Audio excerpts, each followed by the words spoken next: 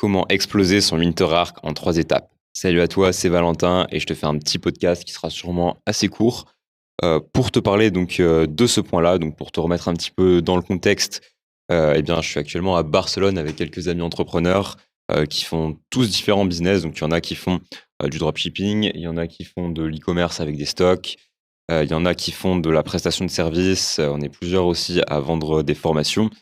Et du coup, c'était assez intéressant puisque, eh bien, on est tous partis à Barcelone à 9 pendant une semaine, et du coup, c'était plutôt sympa. On a pu échanger sur nos différents business et moi, je voyais un petit peu cet événement donc qui a lieu vers, autour, début décembre. Donc cet événement-là, je le vois un petit peu comme la fin de l'année 2023 et comme le début de l'année 2024 puisque, je sais pas si j'en avais déjà parlé, mais pour moi, en fait, c'est comme les bonnes résolutions de 2024. Je considère que c'est une énorme bêtise d'attendre et de fixer l'année parce que, «l'État» entre guillemets ou, parce que le calendrier l'a décidé pour nous et moi, je pense que c'est mieux de entre guillemets, se mettre sur des phases et donc moi, voilà, là, j'ai eu toute une phase où, bah, mon business était en train de décoller un petit peu cette année. Je suis monté à entre globalement 4 000 et 5 500 € par mois, en travaillant 2-3 heures par jour parce que j'avais pas forcément le temps de travailler plus et là, je considère qu'en fait Barcelone, ce petit voyage-là, c'est un petit peu un switch qui va me permettre donc, d'avoir aussi derrière plus de temps. Je vais vraiment pouvoir passer presque full time sur, mes business et scaler à 10, voire idéalement 20 K par mois à la fin de l'année prochaine. Donc ça va demander pas mal de travail et c'est un petit peu le sujet donc de ce podcast. Comment je compte exploser mon Winter Arc en 3 étapes et comment tu peux entre guillemets «voler» mes stratégies pour faire pareil. Donc globalement, qu'est-ce que le Winter Arc? Si tu ne sais pas ce que c'est un concept qui dit que globalement c'est la partie, de l'hiver, de l'année où, en fait, ben, il fait froid, on va forcément moins sortir, on va peut-être plus rester chez soi et c'est le moment où il faut travailler pour atteindre nos objectifs, se fixer des gros objectifs et justement, et bien les atteindre.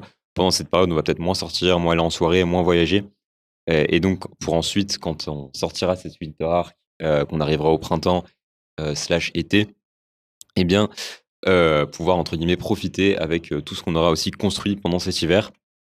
Donc il y en a qui ont déjà commencé leur Winter Arc au mois de novembre. Moi je le considère vraiment comme à partir d'aujourd'hui parce que c'est il y a eu un événement dans voilà ce fameux séminaire de Barcelone, même si on en avait déjà fait un il y a 1 mois à Rive de Gier, donc pas loin de Lyon si tu n'as pas trop suivi les emails que j'avais envoyés ou encore dans une semaine on va refaire un séminaire donc près de Lyon. Mais voilà globalement le Winter Arc pour moi ça doit pas quelque chose qui commence le 1er janvier, c'est quelque chose qui commence en fait, quand, pas quand on le sent, mais vraiment quand il y a entre guillemets un déclic, un switch où voilà, on se dit: «On se fixe des objectifs, on passe à l'étape supérieure». Donc concrètement, la première étape, des 3 pour moi pour justement, exploser ce Winter Arc, c'est de choisir un point à améliorer. Donc ça peut être un point ou 2, mais idéalement je conseille plutôt un point. Donc ça peut être soit du business, donc faire plus de chiffre d'affaires, plus de bénéfices, voilà, ça peut être, basé là-dessus. Ça peut être, du sport, donc ça peut être prendre du poids, ça peut être perdre du poids, ça dépend des objectifs, si on fait une prise de masse, une sèche ou autre. Ça peut être au niveau des relations, donc rencontrer des gens, même si moi je pense que l'hiver, c'est pas toujours le meilleur moment, mais ça reste possible. L'idée, c'est de prendre au moins un point dans sa vie, on se dit: «Voilà, là ça va pas, c'est quelque chose que je veux améliorer». Donc moi là, je me fixe plutôt des objectifs, business, même si bon, en soi, enfin, je suis déjà entre guillemets «libre financièrement». Je peux venir à Barcelone comme ça parce que j'ai pas de patron qui va me dire, «Voilà, tu dois rester, tu pas le droit de prendre tes congés ou autre». Ce qui est quand même assez kiffant d'ailleurs, on va pas se mentir mais j'ai quand même envie de plus parce que, bah, dans cet événement-là, j'ai vu quand même qu'il y avait des gens de mon âge qui faisaient, 2 fois, 3 fois plus que moi et en fait, je le prends vraiment comme une source de motivation pour aller plus loin. Donc moi, j'ai plutôt choisi le point business, mais je sais que je vais aussi travailler plus sur le côté sport aussi parce que c'est quelque chose que j'avais pas forcément trop le temps, ni non plus l'envie aussi, il faut le dire, de le faire avant et donc voilà, moi, c'est aussi un point que je vais essayer de travailler pendant ce Winter Arc. Une fois que tu as choisi ton point, donc ça peut être, le business, ça peut être, le sport ou autre, tu vas vraiment te fixer un objectif précis. Donc là, on est toujours dans la première étape. Moi, par exemple, l'objectif, c'est en mars ou avril, mais je me suis vraiment fixé mars. Après, je vais pas pleurer si ça vient en avril. C'est de faire 10 000 € par mois. Et après, en sport, donc j'avais prévu de prendre aussi 10 kilos, mais ça sera plus sur l'année prochaine. Donc voilà. Ça, c'est vraiment, faut avoir un objectif très précis et quantifiable et mesurable. Pas juste dire: «Ah, je veux devenir riche», parce que c'est des choses qui ne marchent pas. Il faut se dire: «Voilà, je veux faire, par exemple, 3 000 € par mois en travaillant 2 heures par jour» ou des choses comme ça. Ensuite, une fois que ton objectif est fixé et que tu sais où tu veux aller, Il y a trop de gens qui se disent: «Voilà, mon objectif, c'est ça, donc je vais aller vers ça». Mais en fait, ils décomposent pas le plan. C'est-à-dire qu'il faut imaginer que ton objectif, c'est un point Z et que toi, aujourd'hui, tu as un point A. Donc, moi, par exemple, aujourd'hui, mon point A, c'est, je fais à peu près entre 4 et 5 500 € de chiffre d'affaires. Comment je fais pour aller au point Z? Et en fait, c'est pas une chose, ça va être un cumul de plusieurs choses qui vont me permettre de le faire. Ça va être le point B, le point C, le point D. Alors, il n'y en aura pas forcément 25, mais c'est un petit peu pour que tu t'imagines, en fait, dans ta tête et que tu vois un petit peu ce que je veux dire. Ce que tu vas faire, c'est qu'une fois que ton objectif est défini, tu vas lister les étapes dont tu as besoin. Si jamais c'est lancer un business, justement, ce que tu peux faire, c'est que je t'ai créé un guide gratuit que tu peux télécharger. Je te mettrai un lien donc directement, sous ce podcast. C'est un guide où, je vais t'expliquer quels sont les meilleurs business à lancer en 2024, lesquels il ne faut pas que tu lances. Par exemple, si on parle du trading, je te fais un petit avant-première, mais le trading pour moi, c'est pas du tout un bon business à lancer puisque ça demande énormément de temps, énormément de compétences. C'est pas du tout facile. Les mecs qui vendent ça comme, de l'argent gratuit et facile, en général, ils font pas de trading et ils vendent que, ils ne gagnent de l'argent que en vendant, des groupes de trading, où tu auras absolument aucun résultat et le seul moyen que tu auras de faire de l'argent, ce sera de vendre ce groupe à d'autres personnes. Autrement dit, un MLM, ou moi j'appelle ça aussi une grosse arnaque. Bref, en tout cas, il y a des business qu'il faut lancer, il y a des business qu'il ne faut pas lancer en 2024. Et j'explique aussi comment utiliser l'IA dans ces business-là. Donc si ça t'intéresse, je te mettrai le lien en description.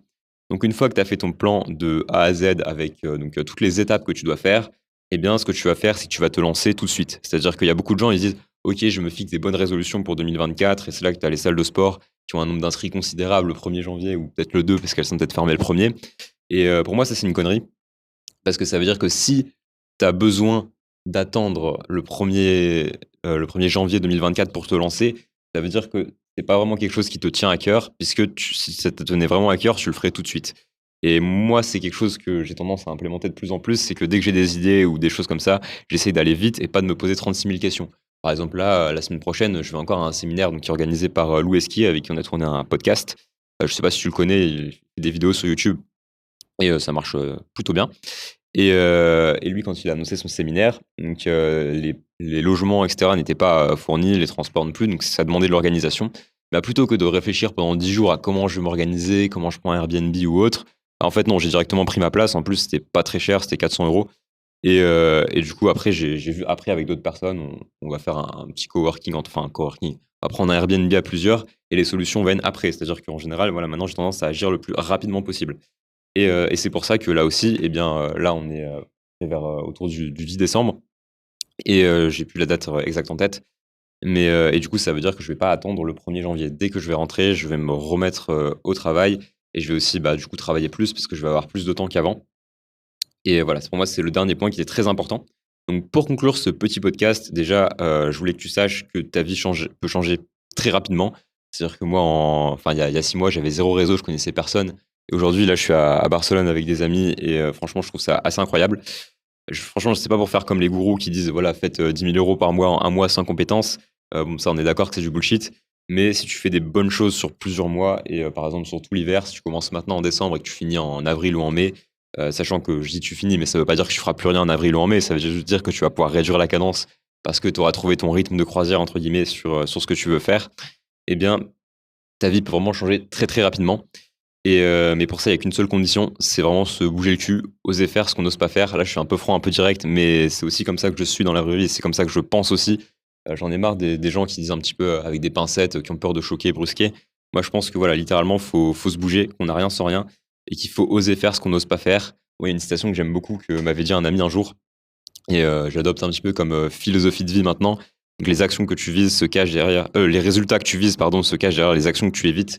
Donc pour moi, voilà, c'est quelque chose qui est assez important. Donc voilà, c'est tout pour ce podcast. Je referai sûrement des petits formats audio comme ça. Si ça t'intéresse, n'hésite pas à m'envoyer un message sur Instagram. Si tu as des sujets aussi que tu veux qu'on aborde. Et donc voilà, je te dis à bientôt pour un prochain podcast.